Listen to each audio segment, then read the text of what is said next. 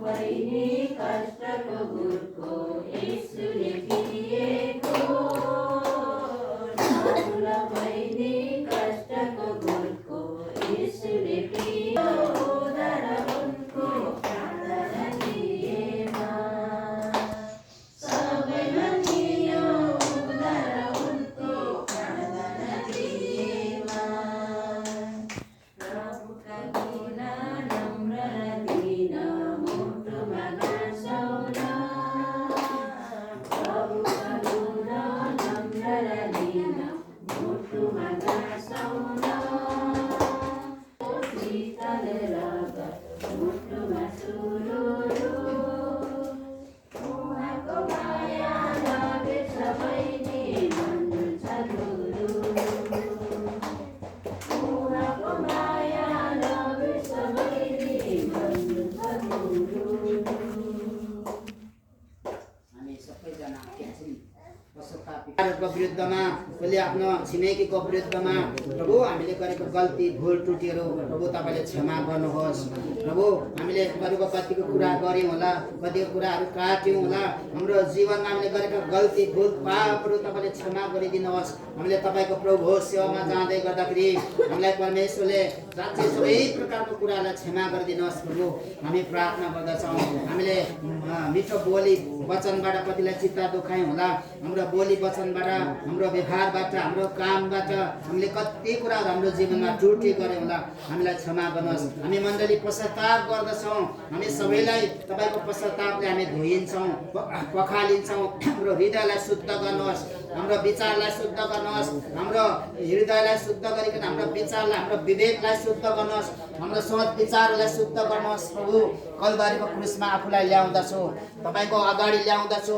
प्रभु तपाईँ परमेश्वरले हामीलाई क्षमा गर्नुहोस् प्रभु हामीले गरेको व्यवहार बोली वचन हामीले गरेको कामहरू हामीले गरेको व्यक्तिगत कुराहरूमा प्रभु तपाईँको क्रुसको फेदीमा आएर म क्षमा माग्दछौँ हामी परमेश्वर यो मण्डलीलाई तपाईँले क्षमा गर्नुहोस् हामीलाई प्रभु होसमा जाँदै गर्दा प्रभु तपाईँले हामीलाई निको पार्नुहोस् हाम्रो आत्माको रोगहरू हाम्रो प्राणको रोगहरू हाम्रो तपाईँले निको पार्नुहोस् हामीलाई क्षमा गर्दै तपाईँको साँच्चै नै प्रभु होसमा सहभागी हुन दिन हामीलाई तपाईँको रगत र तपाईँको शरीरलाई हामी पवित्र तुल्याउँछौँ प्रभु तपाईँले ग्रहण गर्नुहोस् तपाईँले छुनुहोस् यसमा आशिष दिनुहोस् हाम्रो मण्डली फल्दै फुल्दै वृद्धि हुँदै बढ्दै गएको होस् प्रभु हामी प्रार्थना गर्छौँ धन्यवाद तपाईँले हामीलाई क्षमा दिइसक्नु भएको छ धन्यवाद धन्यवाद दिन्छौँ तपाईँले क्षमा दिनुभयो धन्यवाद धन्यवाद येशू ख्रीष्ट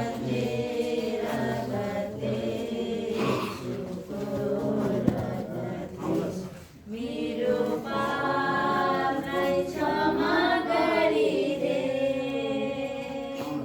मेरो पापलाई क्षमा गरिदे रगतले रगतले येशूको रगतले रगतले रगतले मेरो होइन यो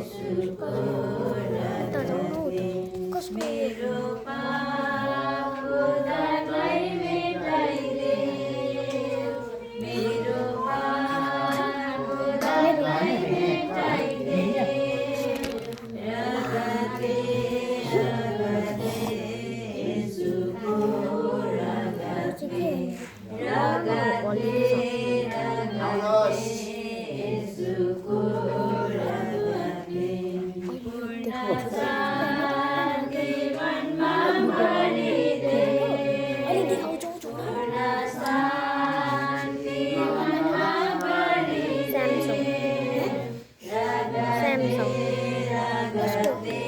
यता हो अब यता हो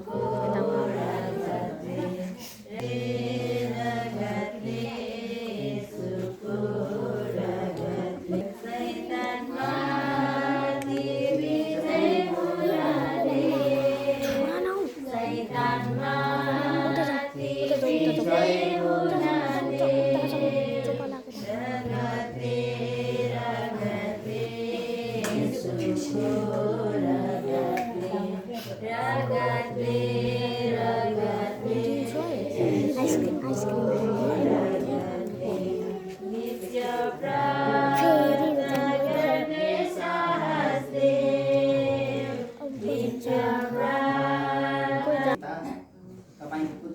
त्यसको शरीर हाम्रो हातमा छ।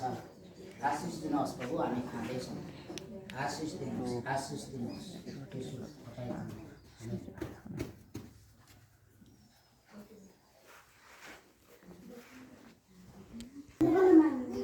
परमेश्वर पिता, तपाईँलाई हामी धन्यवाद चढाउँछौँ। आजको यो सबै तपाईँले हामीलाई दिनुभएको विधि पवित्र विधिलाई म समय दिन्छु। त्यस पछाडि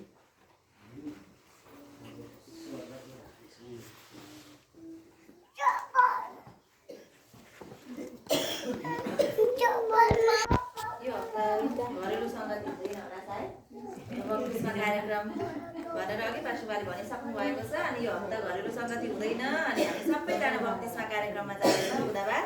अनि हामी सबैजना रमाइलो पनि गर्नेछौँ। अनि किनभने शरीरको त्यो जति पनि सोचाइहरू छोडेर बक्तिस्मा गरेपछि परमेश्वरमा चाहिँ हामी नयाँ भएर हाम्रो जति पनि पापहरू छ ती सबै हामी धुन्छौँ। अनि हामी नयाँ हुन्छौँ। अनि उहाँको वचन अनुसार हामी प्रभु भोजन खान सक्छौँ।